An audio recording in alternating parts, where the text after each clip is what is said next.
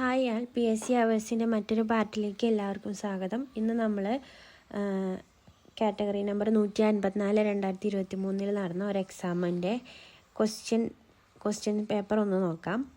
അപ്പോൾ വളരെ വേഗത്തിൽ അടുത്ത ഫേസിന് വേണ്ടിയിട്ടുള്ളവർക്ക് വേണ്ടിയിട്ട് സ്പീഡായിട്ടൊരു റിവിഷൻ പോലെ കണ്ടാൽ മതി. അപ്പോൾ നമുക്ക് തുടങ്ങാം.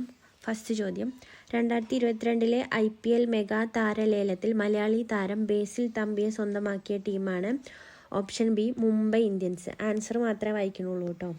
2022 IPL മെഗാ താരലേലത്തിൽ മലയാളി താരം ബേസിൽ തമ്പിയെ സ്വന്തമാക്കിയ ടീമാണ് മുംബൈ ഇന്ത്യൻസ്.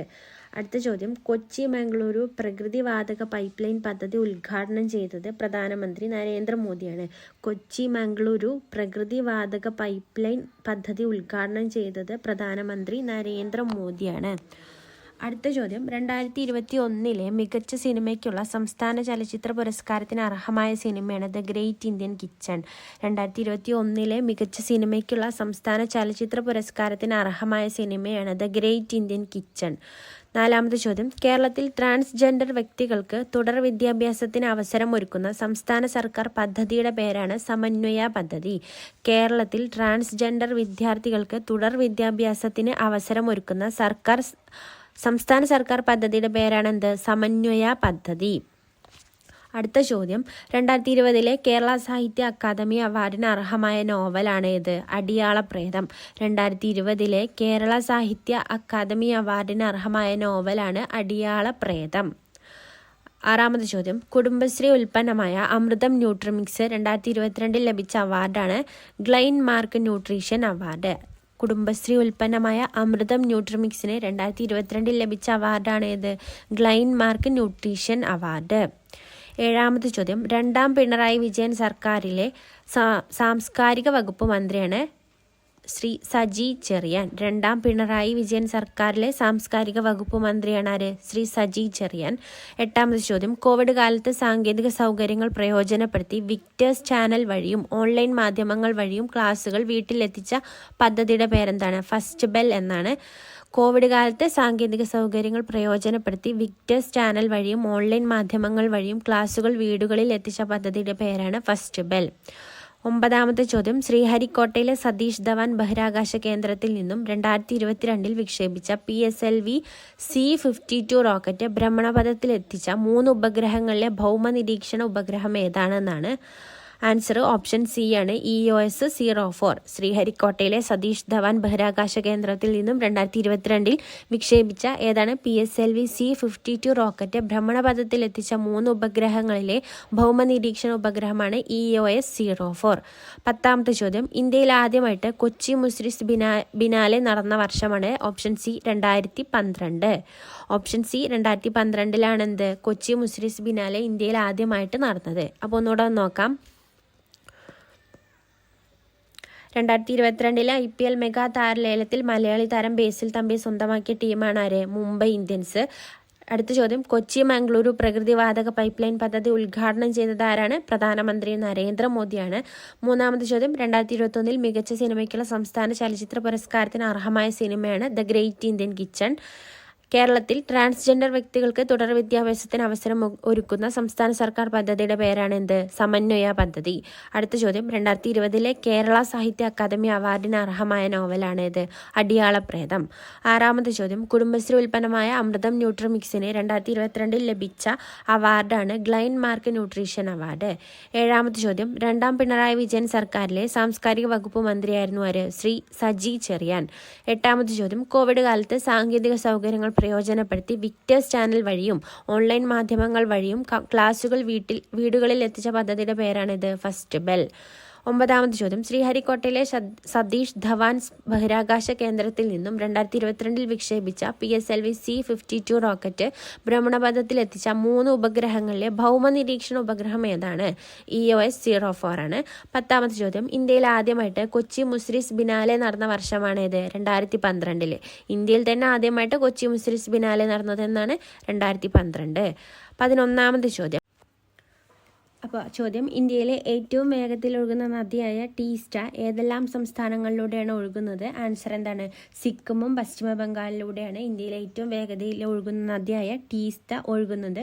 സിക്കിമും പശ്ചിമ ബംഗാളിൽ കൂടിയാണ്. 12ാമത് ചോദ്യം, ഉത്തരായന രേഖ കടന്നു പോകാത്ത സംസ്ഥാനമാണ് മണിപ്പൂർ.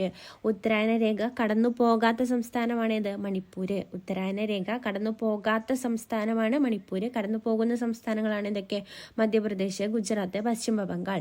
13ാമത്തെ ചോദ്യം, നാഗ്പൂർ പ്ലാൻ സംബന്ധിച്ച് ശരിയായ പ്രസ്താവനകൾ ഏതെല്ലാം? 13ാമത്തെ ചോദ്യത്തിൻ്റെ ആൻസർ ഓപ്ഷൻ എ ആണ്, അതായത് 1ഉം 2ഉം.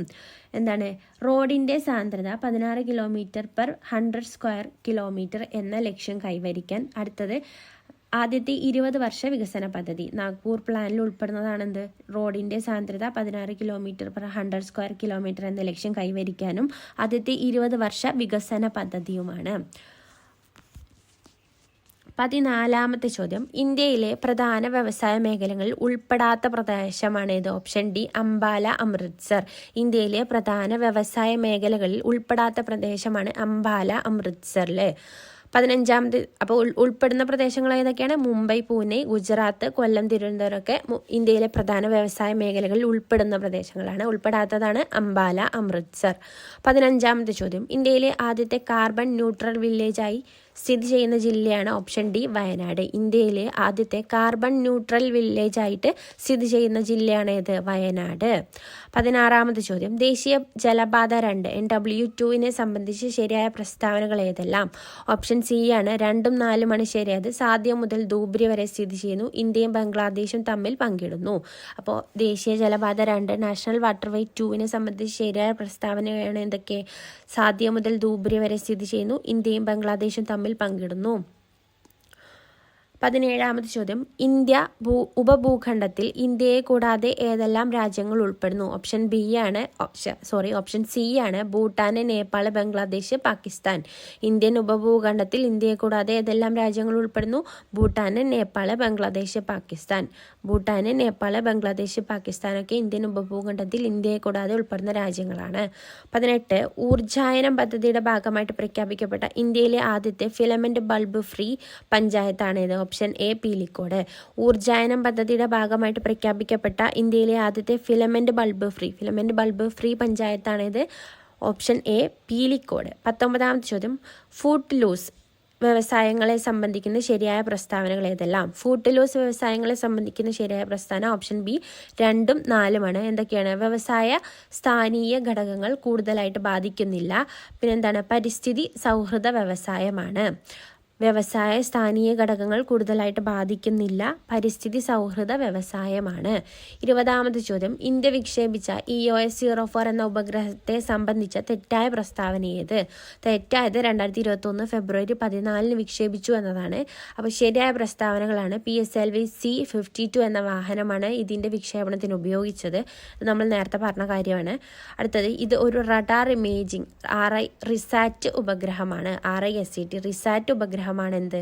EOS-04. ഇതൊരു ഭൗമ നിരീക്ഷണ ഉപഗ്രഹമാണ്. അപ്പോൾ ഇന്ത്യ വിക്ഷേപിച്ച EOS-04 എന്ന ഉപഗ്രഹത്തെ സംബന്ധിച്ച് തെറ്റായ പ്രസ്താവനയാണ് 2021 ഫെബ്രുവരി 14 വിക്ഷേപിച്ചു എന്നത്. ശരിയായ പ്രസ്താവനകളാണ് PSLV-C-52 എന്ന വാഹനമാണ് ഇതിൻ്റെ വിക്ഷേപണത്തിന് ഉപയോഗിച്ചത്. ഇതൊരു റഡാർ ഇമേജിംഗ് റിസാറ്റ് ഉപഗ്രഹമാണ്. ഇതൊരു ഭൗമ നിരീക്ഷണ ഉപഗ്രഹമാണ്. ഇന്ത്യൻ ദേശീയ ഗീതത്തിൻ്റെ രചയിതാവാണ് Bankim Chandra Chatterjee. Option C, Indian ദേശീയ ഗീതത്തിൻ്റെ രചയിതാവാണ് ബങ്കിം ചന്ദ്ര ചാറ്റർജി. 22ാമത് ചോദ്യം, ഇന്ത്യയുടെ ദേശീയ പൈതൃക മൃഗമാണ്? ഓപ്ഷൻ ഡി, ആന. ഇന്ത്യയുടെ ദേശീയ പൈതൃക മൃഗമാണ് ആന. 23ാമത് ചോദ്യം, ഇന്ത്യയിൽ വിവരാവകാശ നിയമം പ്രാബല്യത്തിൽ വന്നത്? ഓപ്ഷൻ ഡി, 2005 ഇന്ത്യയിൽ വിവരാവകാശ നിയമം പ്രാബല്യത്തിൽ വന്നത് 2005 24ാമത് ചോദ്യം, മൗലിക കർത്തവ്യങ്ങൾ ഇന്ത്യൻ ഭരണഘടനയിൽ ഉൾക്കൊള്ളിച്ചത് ഏത് ഭേദഗതി അനുസരിച്ചാണ്? ഓപ്ഷൻ ഡി, 42ാമത്തെ ഭേദഗതി അനുസരിച്ചാണ് മൗലിക കർത്തവ്യങ്ങൾ ഇന്ത്യൻ ഭരണഘടനയിൽ ഉൾക്കൊള്ളിച്ചിട്ടുള്ളത്. മൗലിക കർത്തവ്യങ്ങൾ ഇന്ത്യൻ ഭരണഘടനയിൽ ഉൾക്കൊള്ളിച്ചത് 42ാമത്തെ ഭേദഗതി അനുസരിച്ചാണ്. 25ാമത്തെ ചോദ്യം, താഴെ കൊടുത്തിട്ടുള്ളവയിൽ മൗലികാവകാശങ്ങളുമായിട്ട് ബന്ധമില്ലാത്തത് ഏതെല്ലാം? ഓപ്ഷൻ ബി ആണ്, 2ഉം 3ഉമാണ് ബന്ധമില്ലാത്തത്. ഐറിഷ് ഭരണഘടനയോട് കടപ്പെട്ടിരിക്കുന്നു എന്നത് തെറ്റാണ്. പിന്നെ ഇന്ത്യൻ ഭരണഘടനയിൽ 5 വിധത്തിലുള്ള മൗലികാവകാശങ്ങൾ ഉണ്ട് എന്നതും തെറ്റാണ്. അപ്പോൾ മൗലികാവകാശങ്ങൾ ഭരണഘടനയുടെ ഭാഗം 3 പ്രതിപാദിക്കുന്നത്, ശരിയായതാണ്. അടുത്തത് ഇന്ത്യൻ ഭരണഘടനയിൽ 6 വിധത്തിലുള്ള മൗലികാവകാശങ്ങളുണ്ട്. അപ്പോൾ താഴെ കൊടുത്തിരിക്കുന്നവയിൽ മൗലികാവകാശങ്ങളുമായിട്ട് ബന്ധമില്ലാത്തത് ഏതെല്ലാം എന്നാണ്. ഐറിഷ് ഭരണഘടനയോട് കടപ്പെട്ടിരിക്കുന്നു എന്നത് തെറ്റാണ്. പിന്നെന്താണ്, ഇന്ത്യൻ ഭരണഘടനയിൽ 5 വിധത്തിലുള്ള മൗലികാവകാശങ്ങൾ ഉണ്ട് എന്നതും തെറ്റാണ്. മൗലികാവകാശങ്ങൾ ഭരണഘടനയുടെ ഭാഗം 3 പ്രതിപാദിക്കുന്നത്. ഇന്ത്യൻ ഭരണഘടനയിൽ എത്ര വിധത്തിലാണ്? 6 വിധത്തിലുള്ള മൗലികാവകാശങ്ങളുണ്ട്. അപ്പോൾ ഇതുവരെ ഉള്ളത് ഒന്നുകൂടെ ഒന്ന് നോക്കാം. ഇന്ത്യയിലെ ഏറ്റവും വേഗതയിൽ ഒഴുകുന്ന നദി ഏതാണ്? ടീസ്റ്റ. ഏതെല്ലാം സംസ്ഥാനങ്ങളിലൂടെയാണ് ഒഴുകുന്നത്? സിക്കിമിലൂടെയും പശ്ചിമ ബംഗാളിലൂടെയാണ്. അടുത്ത ചോദ്യം, ഉത്തരാഖണ്ഡേക്ക് കടന്നു പോകാത്ത സംസ്ഥാനമാണ് മണിപ്പൂർ. മധ്യപ്രദേശ്, ഗുജറാത്ത്, പശ്ചിമ ബംഗാൾ കൂടെ എല്ലാം കടന്നു പോകുന്നുണ്ട്. അടുത്തത്, നാഗ്പൂർ പ്ലാൻ സംബന്ധിച്ച് ശരിയായ പ്രസ്താവനകൾ ഏതെല്ലാം എന്നാണ്.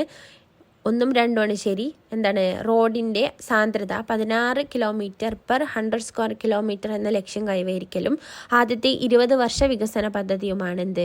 നാഗ്പൂർ പ്ലാനിലുള്ളത്. അടുത്തത്, ഇന്ത്യയിലെ പ്രധാന വ്യവസായ മേഖലയിൽ ഉൾപ്പെടാത്ത പ്രദേശമാണ് അംബാല, അമൃത്സർ. അടുത്ത ചോദ്യം, ഇന്ത്യയിലെ ആദ്യത്തെ കാർബൺ ന്യൂട്രൽ വില്ലേജ് സ്ഥിതി ചെയ്യുന്ന ജില്ലയാണ് വയനാട്. 16ാമത് ചോദ്യം, ദേശീയ ജലപാത 2 NW2 സംബന്ധിച്ച് ശരിയായ പ്രസ്താവനകൾ ഏവ? ഓപ്ഷൻ സി ആണ്. 2ഉം 4ഉമാണ് ശരി. സാധ്യ മുതൽ ധൂബ്രി വരെ സ്ഥിതി ചെയ്യുന്നു. പിന്നെന്താണ്? ഇന്ത്യയും ബംഗ്ലാദേശും തമ്മിൽ പങ്കിടുന്നു. 17ാമത് ചോദ്യം, ഇന്ത്യ ഉപഭൂഖണ്ഡത്തിൽ ഇന്ത്യയെ കൂടാതെ ഏതെല്ലാം രാജ്യങ്ങൾ ഉൾപ്പെടുന്നു? ഭൂട്ടാൻ, നേപ്പാൾ, ബംഗ്ലാദേശ്, പാകിസ്ഥാൻ. 18 ഊർജ്ജായനം പദ്ധതിയുടെ ഭാഗമായിട്ട് പ്രഖ്യാപിക്കപ്പെട്ട ഇന്ത്യയിലെ ആദ്യത്തെ ഫിലമെന്റ് ബൾബ് ഫ്രീ പഞ്ചായത്താണ് ഇത്? പീലിക്കോട്.